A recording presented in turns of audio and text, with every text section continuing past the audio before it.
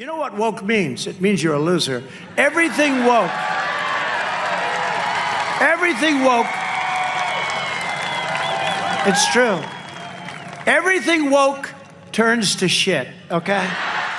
My beautiful, now 22-year-old child told me last year that they were gender nonconforming. And over the last year, I have come to understand from a deeply personal mother's perspective. I've always been a civil rights activist. I've always fought for my constituents and my communities to have equal rights. But from a mother's perspective, I came to understand what their newfound freedom. It is the only way I can describe what has happened to my beautiful child.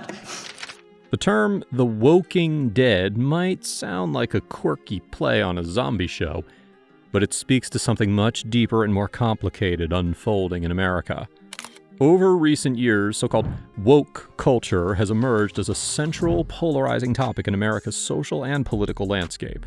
What started as a movement for social justice and awareness of inequality has now become a trigger for heated debates, protests, and some argue a so-called civil war of ideas.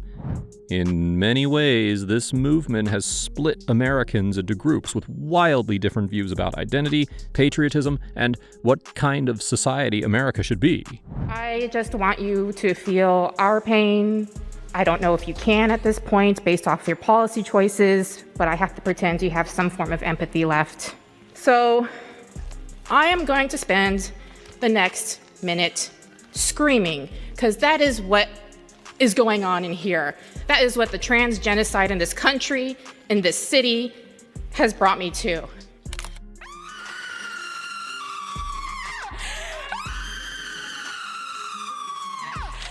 Let's break down what this divide looks like, the reasons behind it, and why it's driving such strong reactions.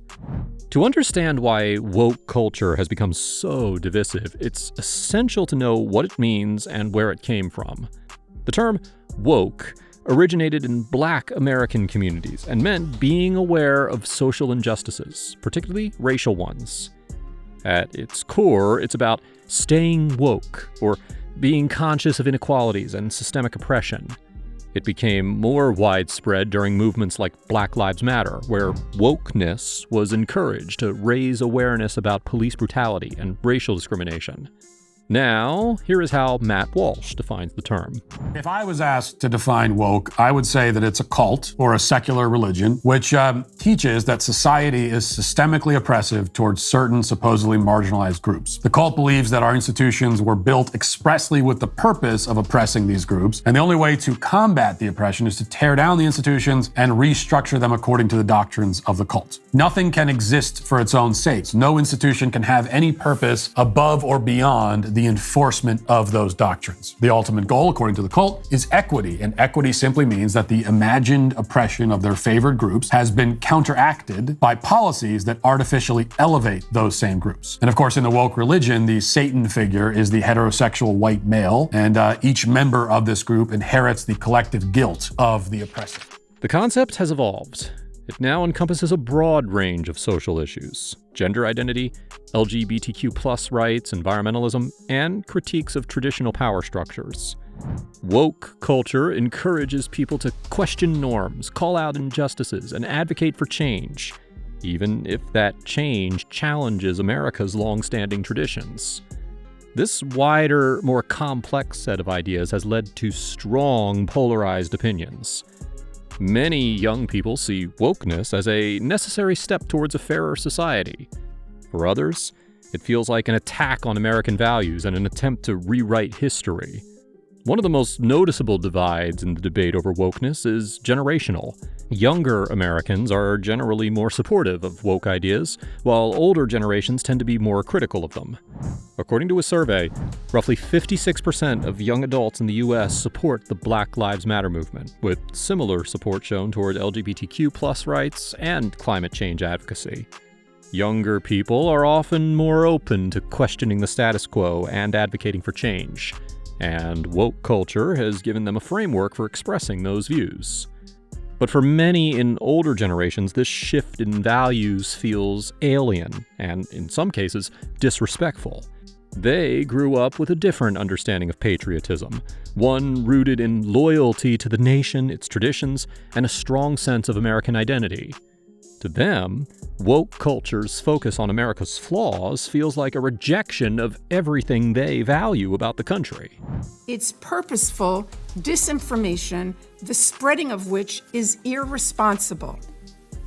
All 7 countries, and Florida too, of course, concluded that kids don't need their development interrupted, the girls don't need their periods stopped and their voices lowered, and the boys don't need to grow breasts. What they need is psychotherapy. As the woke movement gained momentum, it naturally drew attention from politicians, public figures, and the media. Many of these influential voices have spoken out against woke ideas, often framing them as dangerous or divisive. Former and soon-to-be President Donald Trump, for instance, was vocal about his opposition to wokeism, calling it a threat to America. He argued that the movement creates unnecessary divisions by focusing on identity politics instead of unifying principles like patriotism. And I don't like the term woke because I hear woke. It's like just a term that half the people can't even define it. They don't know what it is. A lot of things going on with our military, with the woke and all this nonsense. They're not learning to fight and protect us from some very bad people. They want to go woke. On the other side, some progressive politicians have embraced woke culture and its principles, seeing it as a means of addressing deep-rooted social issues. However, even among liberals, there's caution about how far it should go. Figures like President Joe Biden and Speaker of the House Nancy Pelosi have supported social reforms, but have avoided labeling themselves as woke. This careful approach reflects the complexity of the issue. Supporting social justice is popular among Democratic voters, but embracing woke culture too closely risks alienating moderate voters. My beautiful, now 22-year-old child told me last year that they were gender nonconforming.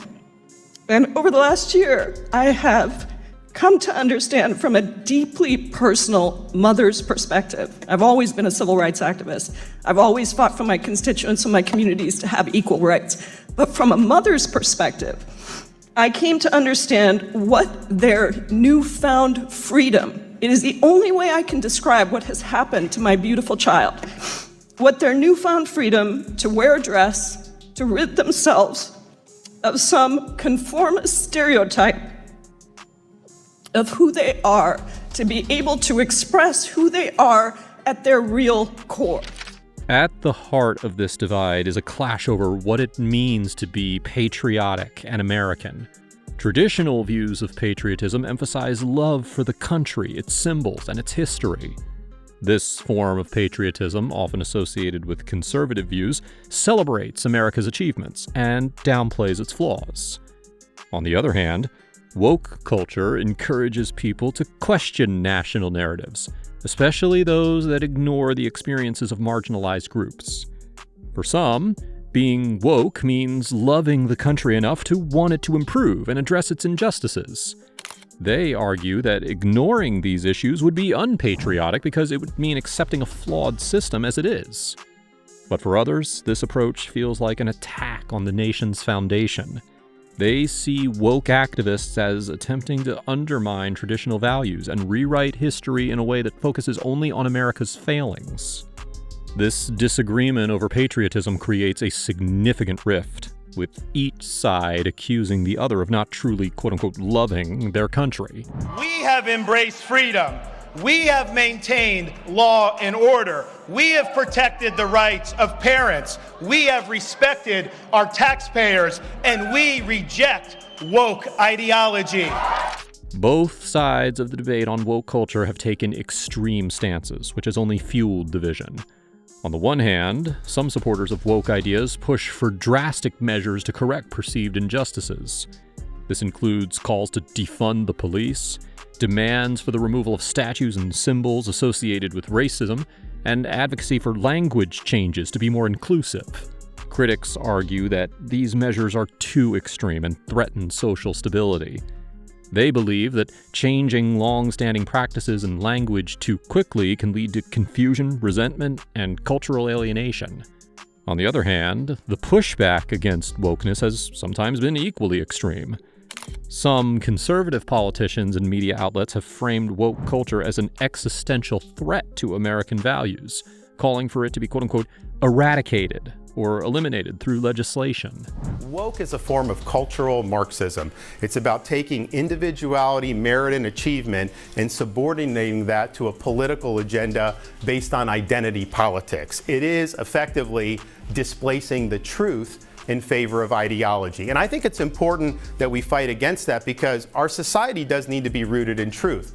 Don't tell me that a man can get pregnant and expect me to believe that. That is not true, and we can't govern our society based on things that are not true. Second, when that ideology takes hold of institutions, it corrodes the institutions and it produces bad results. For example, when you have woke overtake parts of the economy with things like ESG, they attack energy, they attack other things. The average person ends up poorer as a result of that. When woke overtakes education, you get indoctrination and students end up performing worse as a result of that. When you have ideological prosecutors get into office in cities like San Francisco, they stop prosecuting criminals. The inmates run the asylum. The average person ends up less safe as a result of it. In states like Florida and Texas, bills have been introduced to limit the teaching of certain subjects related to race and gender in schools, viewing these topics as indoctrination rather than education. This approach to countering wokeness can appear forceful and even oppressive, creating a sense that those who hold woke beliefs are being quote-unquote policed for their ideas. This extreme opposition to wokeness often fails to acknowledge why these ideas resonate with many Americans, especially young people. When politicians call for outright bans on woke content or label woke supporters as quote-unquote un-American, it further alienates those who see social justice as a core value. Instead of fostering understanding, this approach reinforces the divide, making any middle ground seem impossible. It's fair to say that the debate over woke culture has thrown America into a kind of identity crisis. On one side, there's a push to redefine American values to include a deeper recognition of diversity, inclusion, and social justice. On the other hand, there's a movement to protect traditional ideals, emphasizing unity over division. The intensity of these opposing views has created a situation where each side feels like the other is tearing apart the very fabric of American society.